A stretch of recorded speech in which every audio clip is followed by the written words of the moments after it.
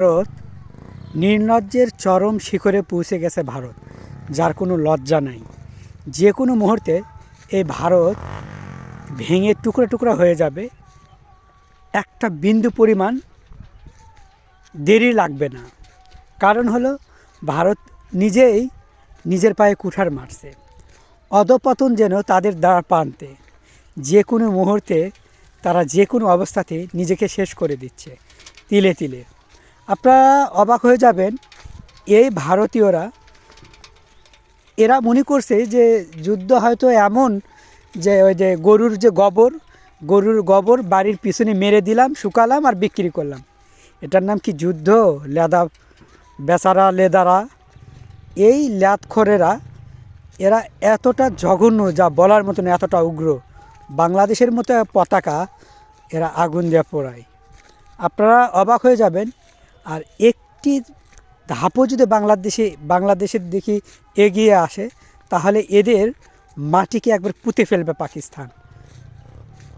ওরা মনে করছে যে পতাকা পুরালাম, আগুন দিলাম, আর ভারত বাংলাদেশ কি হয়ে গেল, আমি বাংলাদেশে কেড়ে আমার হয়ে গেল।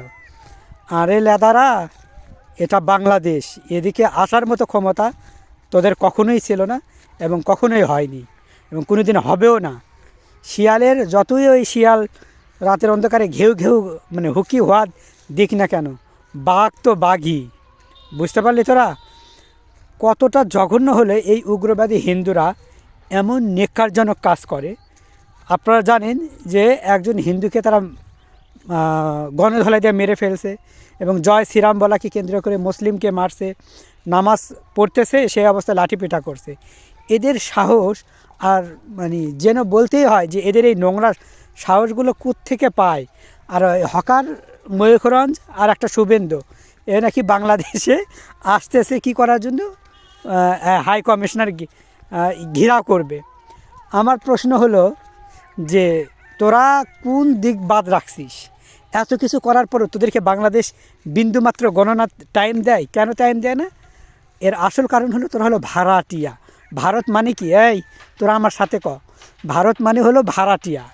এটা গবর।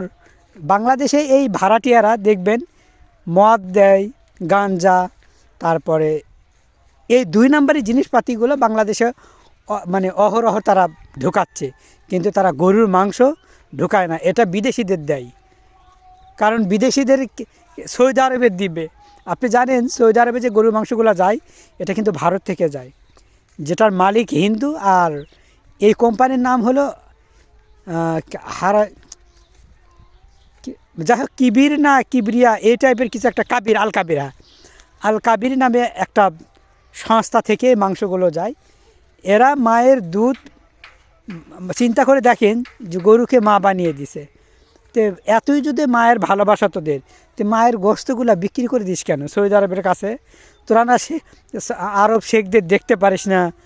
আর ভারতের যত নাটক দেখবেন সব আরব শেখ, যত বাজে কাজ সব এদেরকে করছে। তাহলে তোরা হিন্দুরা তোরা নিজেরা কী করছিস? সব খেলে আরব শেখিরা তোদের মেরা গেছে না?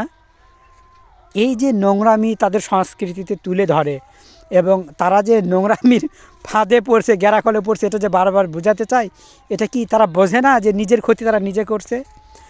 ভারতীয়দের বলছি, এই ভাড়াটিয়াদের আর রাখতে দেওয়া যাবে না। এই ভারত, এটা হলো বাংলাদেশের। সেই সময় যুদ্ধ করে বাংলাদেশ স্বাধীন করছে। এই দেশটাও বাংলাদেশের, ভারতের না। ভারত বাংলাদেশকে সাহায্যের নামকরণ করে চুষে খেয়েছে। এই জন্যে এই ভতাঙ্গ ভাং, অর্থাৎ এই ভাঙ্গা ভারত, এই ভাড়াটিয়াদের আর ভারতে রাখা হবে না।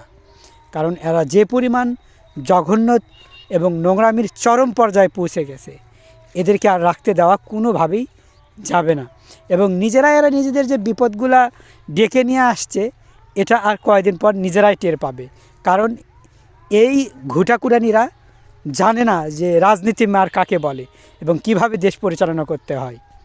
এরা যদি জানতো, এক দীপুকে নিয়ে যে পরিমাণ, দীপু যে ইসলাম ধর্মের অবমাননা করলো, দীপুর বাবা বলতেছে যে ওর কি ফেসবুক ছিল না। আরে ফেসবুক, লালমনিরহাটে যে অবমাননা করছিল এক বৃদ্ধ, সে তো মোবাইল চালাতেও পারে না, বাটন ফোনও চালানো তার জন্য কষ্টকর। তারপরেও সে নবীকে কটূক্তি করলো কীভাবে? ঠিক মোবাইল থাকলেই যে কটূক্তি করতে হবে আর মোবাইল ছাড়া করা যাবে না, বিষয়টা এমন নয়। অতএব এই জন্য বলছি, এরা যদি এখনই নিজেদেরকে লাগাম না টেনে ধরে না, তো খুব বড় ধরনের ভুল করছে। এবং বড় ধরনের ভারতকে আজ হোক কাল হোক প্রতিদান দিতে হবে।